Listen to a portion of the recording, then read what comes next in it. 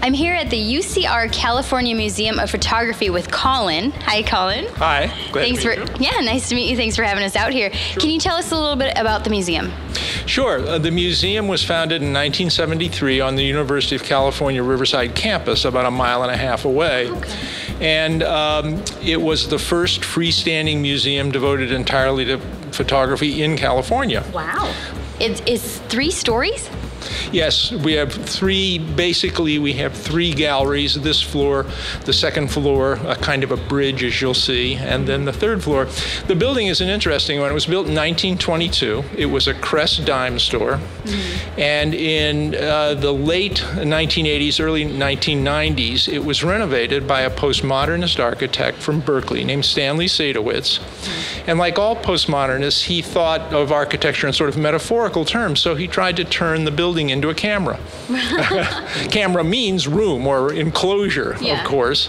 In fact, we're standing next to a monster camera that you almost feel you could stand inside. Yeah. And indeed, we have upstairs on one of the balconies on the 3rd floor a device that was known in the Renaissance called the camera obscura, that you can stand inside and see the view outside. Oh, wow. Through a lens in the wall. Yeah.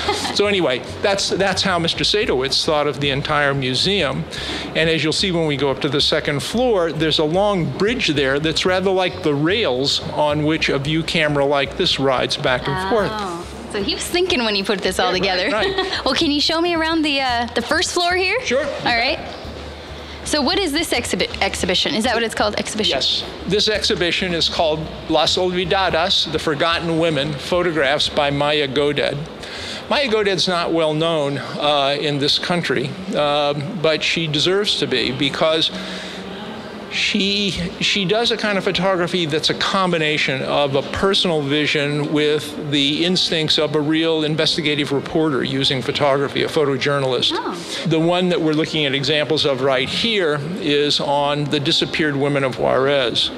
Since criminality has become so rampant in certain Mexican cities, especially in the north, and in Juarez, young women often disappear off the streets of Juarez and are never heard from again. Wow. And these photographs are of their families trying to cope with the loss of these women and keeping alive hopes that they'll someday reemerge. This is a sample from another body of work she has done called Witches of the North.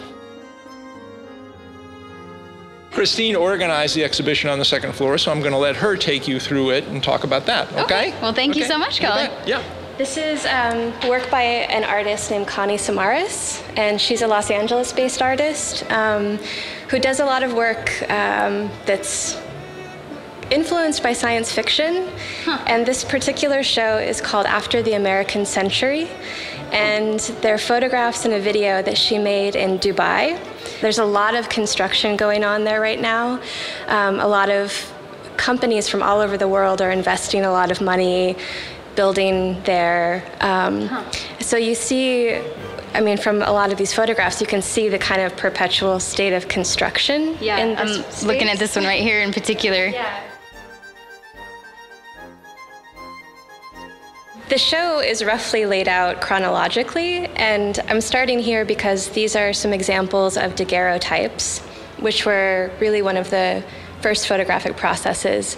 So what you're looking at here is actually a polished copper plate that's been made light sensitive and exposed to light. So a person would be sitting in front of this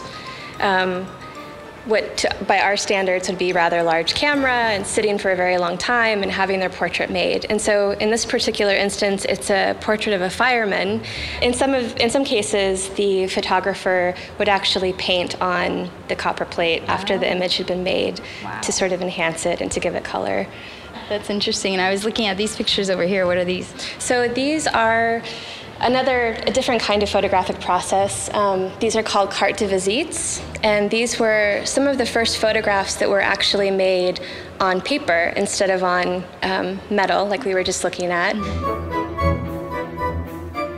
So now we've jumped from the late 19th century into the early 20th century, and portrait photography has changed a lot. Yeah. Partly because the technology, the film is faster, the lighting is trickier, lighting can be done and so forth, partly because of the influence of Hollywood movies on portraiture. The photographs on this wall are all by a couple named Gledhill, who ran a photographic studio. This photograph by the Gledhills is of Condé Nast, the man who founded Vogue magazine and of course was an important fixture on the West Coast because there was so much free publicity to be had in his mass market magazines, things of that kind. Yeah. So anyway, so this is examples, and there are other examples on these walls of the Gledhill's work.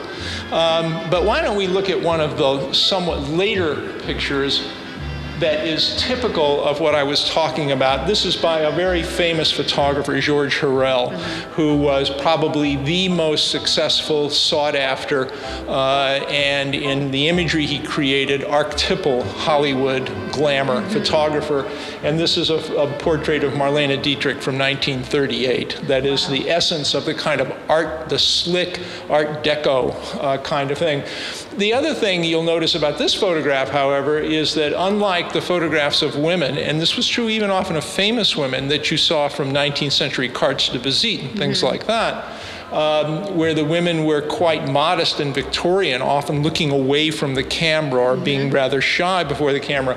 Marlene Dietrich is looking at us with a dead-level gaze that's meant to vanquish men and women alike who might think that they're somehow equal to her or up to her focus. Right. So eye contact here, as the exhibition title puts it, is absolutely essential to the whole attitude she's projecting by looking right into the camera with a, come on, I'll take you all on kind of look on her face.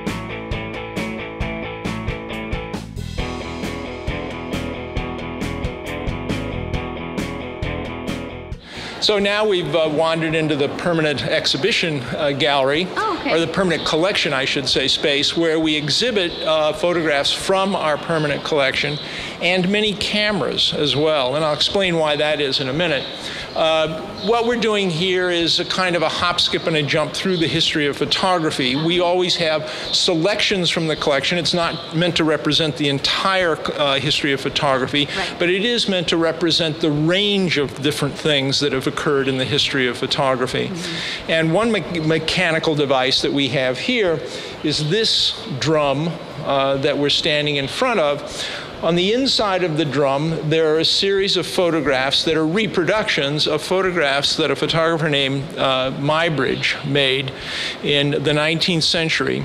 And the story was that Leland Stanford, who founded Stanford University and owned railroads in California, had a bet with someone that there's a point at which a running horse, a horse at full gallop, has all 4 feet off the ground. Nobody could tell at that time because they didn't have stop motion and all these things we have now in film and so forth. So Muybridge rigged up a racetrack, a race course, a straightaway on a race course with tripwires, each set to a different camera, evenly spaced, and had the horse gallop down, and as he tripped the wires, you got all these views of him in motion. Wow. And indeed, if you take them and wrap them around the inside of a drum like this with slits in it, and then rotate it and look through the slits, you'll get a movie effect, and you'll see the horse galloping. Oh, wow. We're open Tuesday through Saturday from noon until 5 in the afternoon. Admission charge is very modest, $3. Well, thank you so much for having us out here. It's right here in downtown Riverside in the Empire, the California Museum of Photography. Thank you so much. You bet.